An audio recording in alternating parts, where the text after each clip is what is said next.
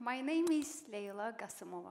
Today, these two pictures is going to prove of my talk, who I am, and how to cope with your fear, to pursue your dreams. I was born in Buzovna, but my family, mother, father, from Nardaran. This is a small village of Baku. I was born in a religious family, which is surrounded deeply with cultural barriers. In my family, women have very limited rights in all aspects of life, and the most important in education.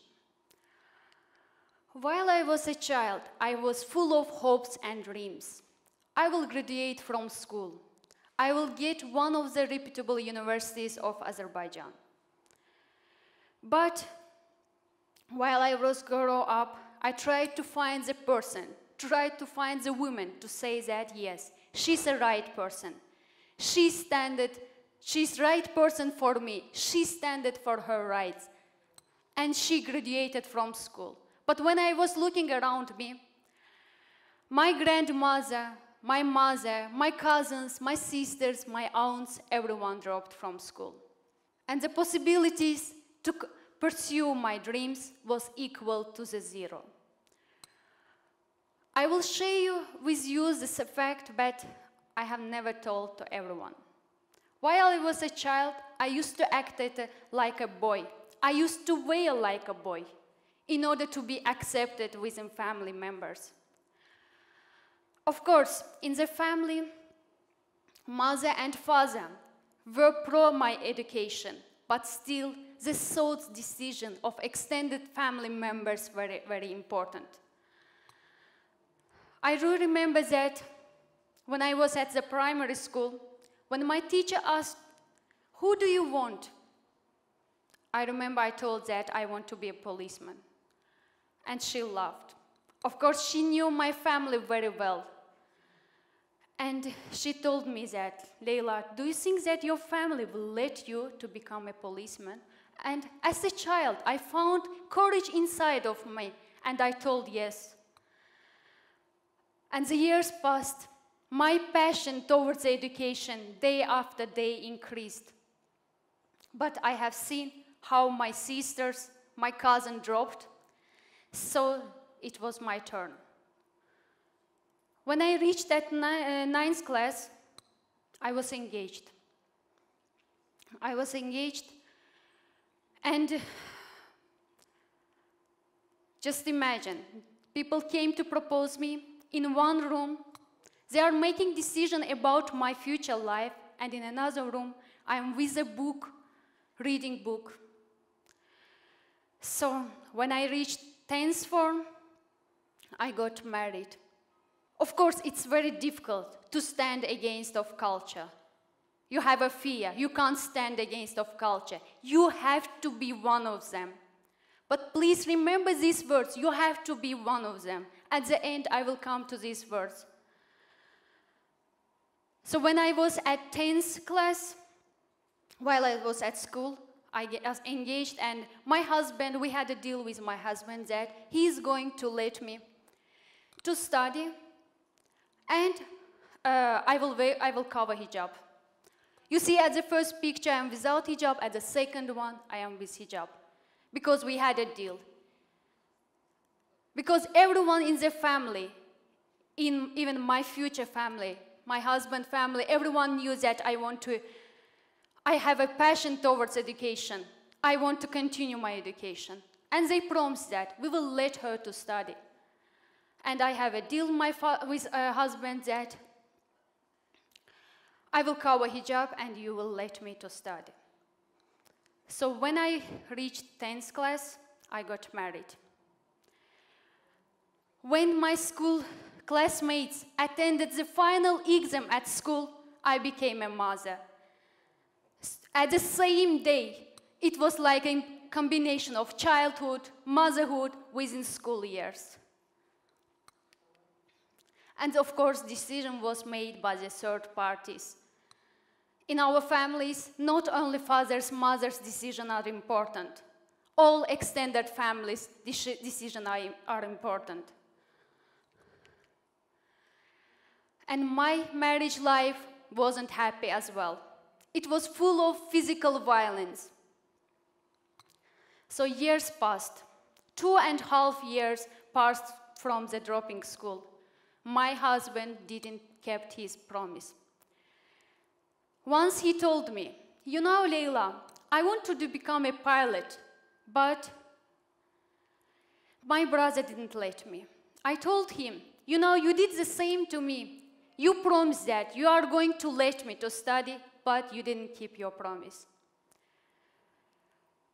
It was just 5 months left before the exam, entrance university exam. He told me, okay, I will let you to study. But he put in front of me dozens of responsibilities. He told me, I will let you, but you have to fulfill certain requirements. The house had to be cleaned. The food had to be ready on time. You had to take care of 6 years old child. And you had to take care of me. You had to get into university with free tuition. And you had to get the course where it's only girls studying, and it should be part-time. If you ask me, at the top of this also was a threat, because my husband had very bad addictions. It was full of threat. He used to threaten me that I will destroy all your exam admission papers. Because at that time, if you lost your exam admission papers, there is no copy provided. So what I did, I took that paper, I put under the carpet and put wardrobe on top of it that no one could find. So if you ask me, were all these tasks challenging for me, sleepless nights, and everyone knows how it's very difficult to get to the university. Preparation takes a long time. I have just 5 months and lots of tasks to do.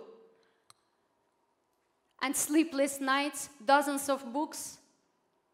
But I didn't feel the heaviness of this task, because the big pictures, I look through all this through the big picture, because my dream was waiting me at the end of the road.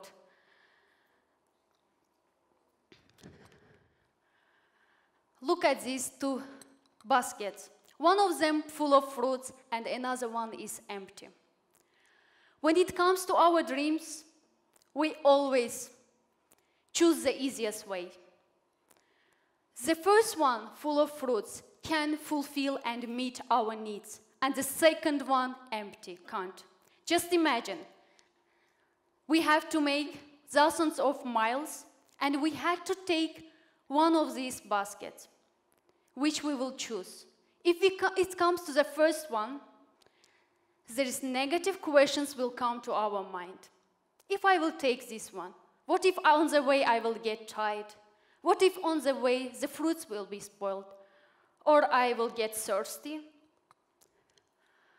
When it comes to the second one, at the first sight it seems very attractive. It's easy to carry. And we are telling to ourselves, so at the end of the road, maybe there will be grocery, I will get fruits over there. But we don't want to go through the challenging task. We can't predict our future. For example, we are saying that at the end we can get fruits. But if there is no fruit, but the first one can meet our requirements, can meet our needs. In my life, practical life, I have learned that we need to go through the challenges. Because the challenge, I meet it all the time, I meet challenges with positive and optimistic manner.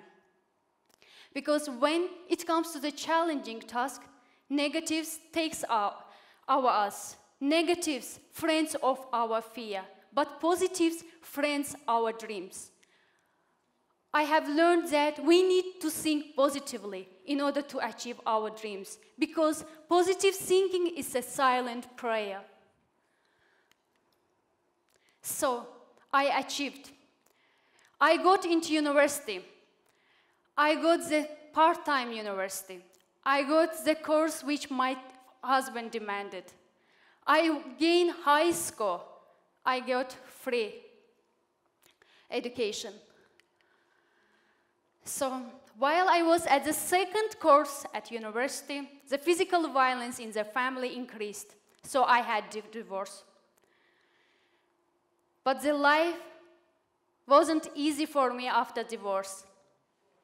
Being in the family where the girls have very limited rights, at the same time being divorced woman, it makes your task even challenging. While I was at university, at the third course, once I came to my sister and mother, I told them, you know, I want to go abroad and pursue my master's degree abroad. My mom and sisters were laughing. Come, Leyla, to the reality. Who is going to let you to go abroad and study? And you know that even you struggled to study here. And who is going to financially support you? I told them, I will prove, and I will find the way. Years passed. I started English language courses. Then it was just 3 months left before my graduation from university. I started IELTS preparation. I got certificate. I applied one of the reputable universities in the UK. I got admission. I applied for the scholarship, state scholarship, and got rejection. The second time, applied the same university for the different course, and I got admission. Again, applied for the state funding, and this time I won it. When I got scholarship, of course, my father and mother were very happy, but still extended family members' decisions were very important. When I went to say goodbye to my uncle, I knew that he is against of my study, and I went to him to say goodbye. He told me, we are totally against of your study. You can't go. If you go, you are going to bring disgrace to our family name. If someone will ask, where's your brother's daughter? How I will tell them that she's studying abroad. Look how shameful it sounds. On that day, with full of tears, I told him that one day I will prove you that the girls also can study and can protect themselves, protect their honor. And I left the country. I left the country with full of pain inside of me. I took the two main important items for me, Quran and flag of Azerbaijan. If you ask me, why flag and why Quran? This is because Quran, the first 3 surah of Quran, restates the importance of education. And why flag of Azerbaijan? Because my country gave me that democracy in education, which my family failed to give me. So I became a student. I started to change myself, to change the perceptions, what others will say, what others will think. While I was studying, I took part in many conferences, in many forums, related to recognizing refugee rights, gender rights. I was involved in peace mediation support units. I was presenting the realities of Azerbaijan. I was involved in finding peaceful resolution to Nagorno-Karabakh conflict. So if I did it within impossible conditions, made it possible for me to achieve my dreams, everyone sitting here can do it as well. Just we need to believe to our capability. In that case, we can achieve. So today, my family, proud of me. I changed the perceptions. Today, my aunt, at the age 58, she started university. Today, my mother started learning language in the family. Put your dreams high, as high that you can't imagine, and believe it.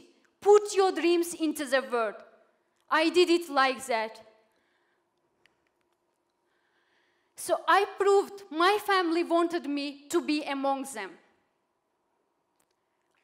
I was among them, but I wasn't one of them. I stood out from the crowd. I proved that the girls also can study. They have also rights. So this is the end of my talk. Thank you for your attention.